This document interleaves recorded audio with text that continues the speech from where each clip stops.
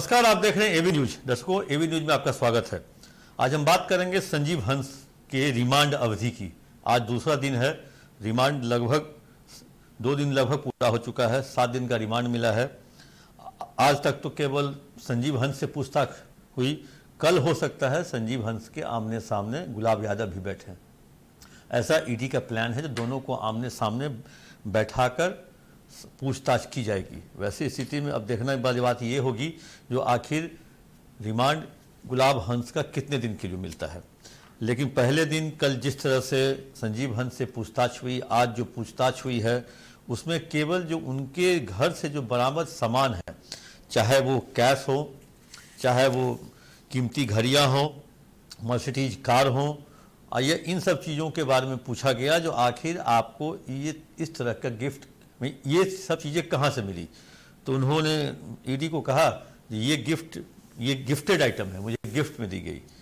तो ईडी की तरफ से कहा गया जो आप एक आईएएस अफसर हैं, क्या आपको इतनी महंगी गिफ्ट लेने का अधिकार है। तो इस पर संजीव हंस चुप रहे।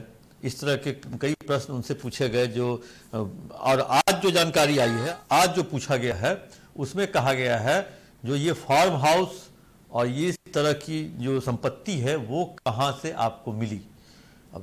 अब ये चीज़ तो है जो संजीव हंस कहीं किसी के जवाब नहीं दे पा रहे हैं। हो सकता है जो अब कल से शायद गुलाब यादव उनके सामने बैठें और गुलाब यादव से भी ईडी इस तरह की पूछताछ करे और दोनों के बैंक स्टेटमेंट जब ईडी सामने लेकर आएगी, दोनों के ट्रांजैक्शंस जब देखा जाएगा, जो गुलाब यादव के अकाउंट से पैसे संजीव हंस में गए, संजीव हंस से पैसे गुलाब यादव में गए, गुलाब यादव से पैसे प्रवीण चौधरी में गए, प्रवीण चौधरी से पैसा सादाब में गया, सादाब से फिर पुष्पराज में गया, फिर उसके बाद गुलाब यादव का पैसा मोना हंस में जाता है और के अकाउंट में। फिर वो सीएनजी स्टेशन के बारे में भी पूछताछ होगी। फिर 1 करोड़ कहें जो पुणे में जो ज़मीन ली गई है जहाँ पे सीएनजी पंप खोला गया है।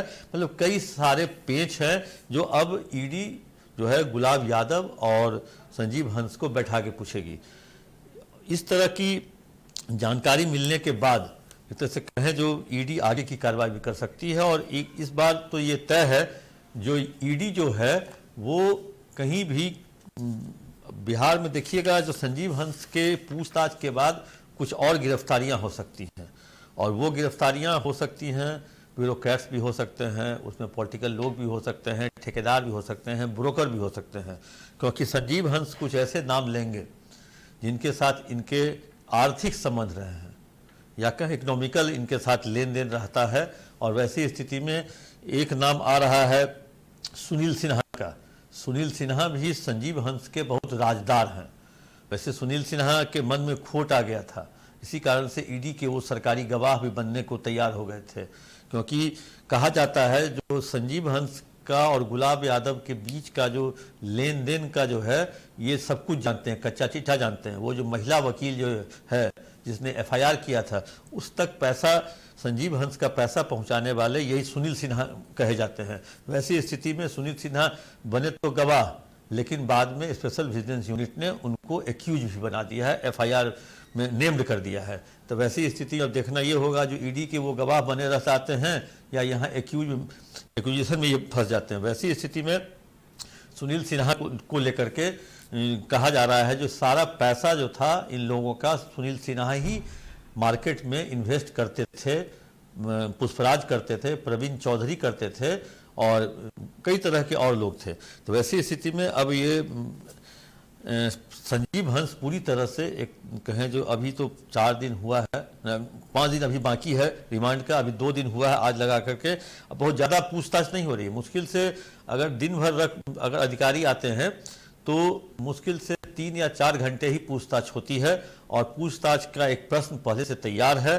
और अब तो आमने सामने पूछताछ होगी तो सब कुछ दूध का दूध पानी का पानी होने की संभावना है। हो सकता है अगर ये दोनों के अलावा किसी और को बैठाया जाए, क्योंकि जिसके साथ जो रहे जो आर्थिक संबंध है, लेन देन का है, उसके सामने में बैठ जाने के बाद और उन दोनों को अपना अपना अगर बैंक का स्टेटमेंट है, लेन देन का है, ये चीज़ अगर सामने में अगर तो शीशे की तरह साफ हो जाएगी। तो वैसी स्थिति में ईडी मतलब कल पीएमएलए कोर्ट में बहस भी हुई थी, तो वैसी स्थिति में रिजर्व रखा गया था ऑर्डर। आज उसके आने की संभावना है, अभी तक आई नहीं है, लेकिन आ ही जाएगी, क्योंकि ईडी ने रिमांड मांगा। जब संजीव हंस का मिल गया तो उनका भी रिमांड मिल ही जाएगा। तो वैसी स्थिति में संजीव हंस का अगर मुंह खुल जाता है तो बहुत बड़े बड़े लोग ईडी के रडार पे आ जाएंगे। और बिहार सरकार के भी कई लोग हैं, बिहार सरकार के कई रसूखदार लोग भी हैं, जो संजीव हंस के मुंह खोलते ही उनकी कहे जो एक तरह से वो भी रडार पे आ जाएंगे और वो अपना मोबाइल फ़ोन स्विच ऑफ करने को मजबूर हो जाएंगे। तो वैसी स्थिति अब देखने वाली बात ये होती है जो ईडी आखिर करता क्या है और ईडी के पास किस तरह का बयान संजीव हंस, गुलाब यादव, सादाब, प्रवीण, पुष्पराज, क्या क्या और भी कई नाम हैं। तो इस तरह की, इसके बाद इतना ही नहीं, इसके बाद बिहार सरकार के स्पेशल विजिलेंस यूनिट में जो केस है उसका इन्वेस्टिगेशन तो अभी बाकी है, वो तो अलग एक है, क्योंकि वहाँ इन्वेस्टिगेशन तो वहाँ महीनों और वर्षों में होती है। अभी तक 6 या 7 केस हुआ है। वैसी स्थिति में अब वहाँ पर देखने वाली बात होगी जो वहाँ पर किस तरह के, वहाँ भी रिटायर्ड सीबीआई के ऑफिसर हैं, बिहार सरकार ने वहाँ भी रिटायर्ड सीबीआई के अफसर को बहाल किया है, अच्छे मतलब अफसर को उन्होंने वहाँ पे बहाल कर रखा है, क्योंकि वो स्पेशल विजिलेंस यूनिट है। तो स्पेशल विजिलेंस यूनिट में स्पेशल तरीके से लोग वहाँ देखते हैं मामले को, तो स्पेशल लोगों को रखा गया है। तो रिटायर्ड सीबीआई अफसर को वहाँ रखा गया है और अब इनको ईडी को भी झेलना होगा और रिटायर्ड सीबीआई अफसर को भी झेलना होगा। और ये अब तो लगता है आजीवन झेलना पड़ेगा, क्योंकि इस तरह के मामलों का केस कहा जाता है जो कम से कम 15-20 साल से नीचे पहले समाप्त नहीं होता है। तो अब ईडी और सीबीआई को संजीव हंस झेलेंगे, गुलाब यादव झेलेंगे। तब तक के लिए दीजिए हमको इजाज़त। आपको यह कार्यक्रम कैसा लगा आप अपना कमेंट बॉक्स में जाकर जरूर दें।